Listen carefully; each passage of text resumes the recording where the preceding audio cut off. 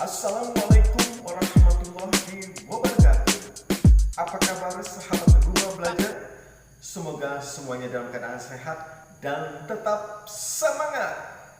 Jangan lupa untuk terus jaga kesehatan selama masa pandemi COVID-19 ini dengan tetap menggunakan masker, mencuci tangan, dan menjaga jarak.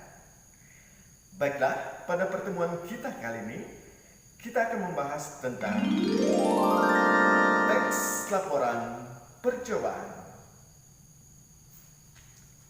Adapun tujuan pembelajaran kita, yang pertama, memahami pengertian teks laporan percobaan. 2. Menelaah struktur teks laporan percobaan. Nah, ada yang sudah tahu apa itu teks laporan percobaan? Ya, bagus sekali.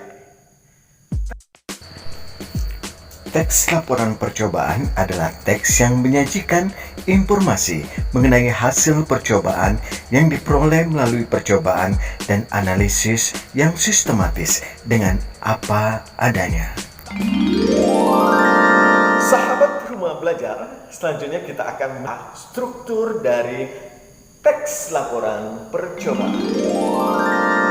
Struktur teks laporan percobaan secara sederhana terdiri atas dua bagian.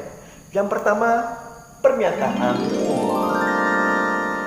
Pernyataan umum ini terdiri dari klasifikasi dan pernyataan. Bagian ini menentukan aspek dari sesuatu yang diuji cobakan, seperti alam, tumbuhan, alat, dan lain-lain yang akan dibahas secara umum. Yang kedua adalah uraian.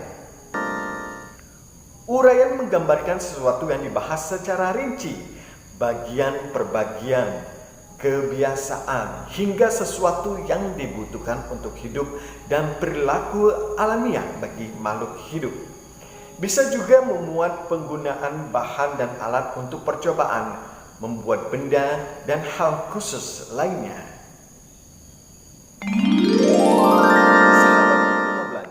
Namun sebetulnya struktur laporan hasil percobaan ini menyesuaikan atau mengikuti jenis model laporan hasil percobaan yang dibuat. Dalam model percobaan membuat sesuatu, maka struktur dari teks laporan akan menjadi data. Tujuan menjelaskan dari suatu percobaan. Seperti apa yang akan dibuat, mengapa harus dibuat, apa yang dibuktikan, dan sebagainya. Yang kedua adalah alat dan bahan. Alat dan bahan memaparkan alat-alat dan bahan-bahan yang akan digunakan dalam melakukan percobaan membuat suatu hal. Yang ketiga, langkah-langkah.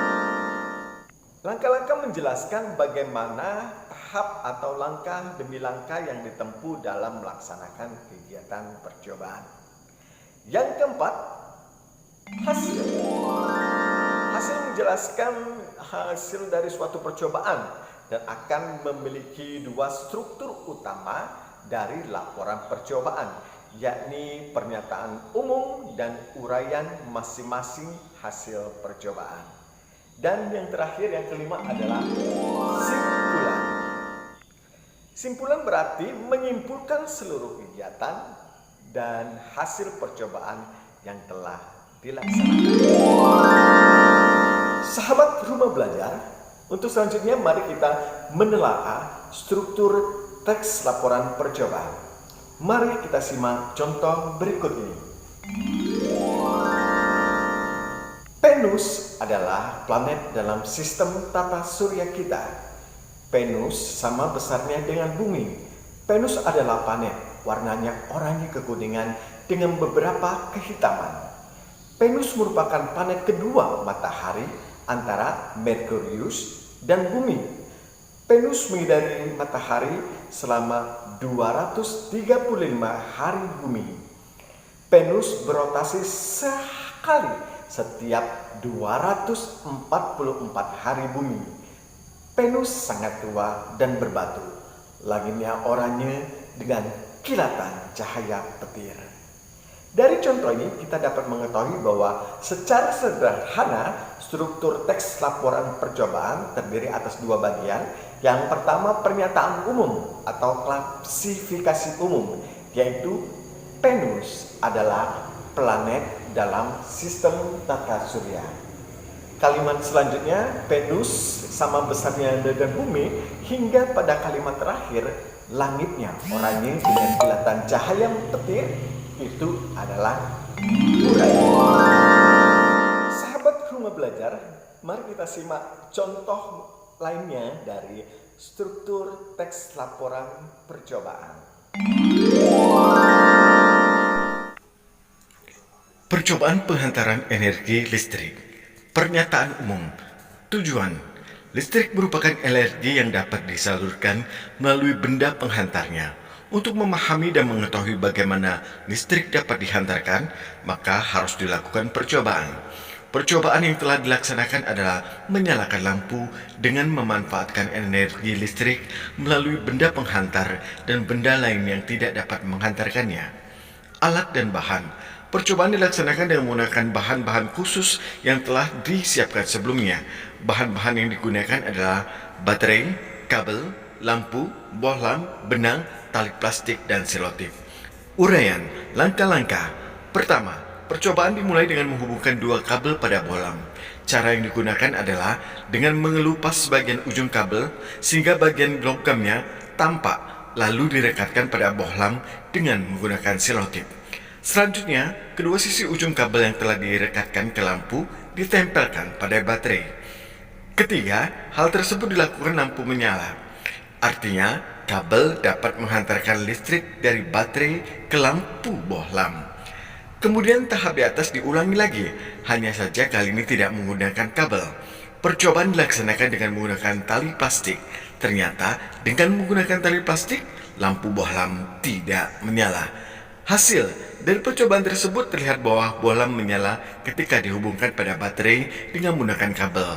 Namun, bohlam tidak menyala ketika dihubungkan pada baterai dengan menggunakan tali plastik. Simpulan, dengan demikian dapat disimpulkan bahwa kabel dapat mengantarkan arus listrik. Sementara itu, tali plastik tidak dapat menghantarkan arus listrik. Sahabat Rumah Belajar, sudah jelaskan tentang pengertian dari struktur teks laporan percobaan dan bagaimana menelaah struktur teks laporan percobaan. Untuk hari ini sekian saja materi yang saya sampaikan. Tetap jaga kesehatan dengan menggunakan masker, mencuci tangan dengan air mengalir dan sabun tentunya, dan tetap menjaga jarak. Sekian dari saya akhiri. Wabillahi taufiq wal hidayah. Wassalamualaikum warahmatullahi wabarakatuh, dan tetap semangat.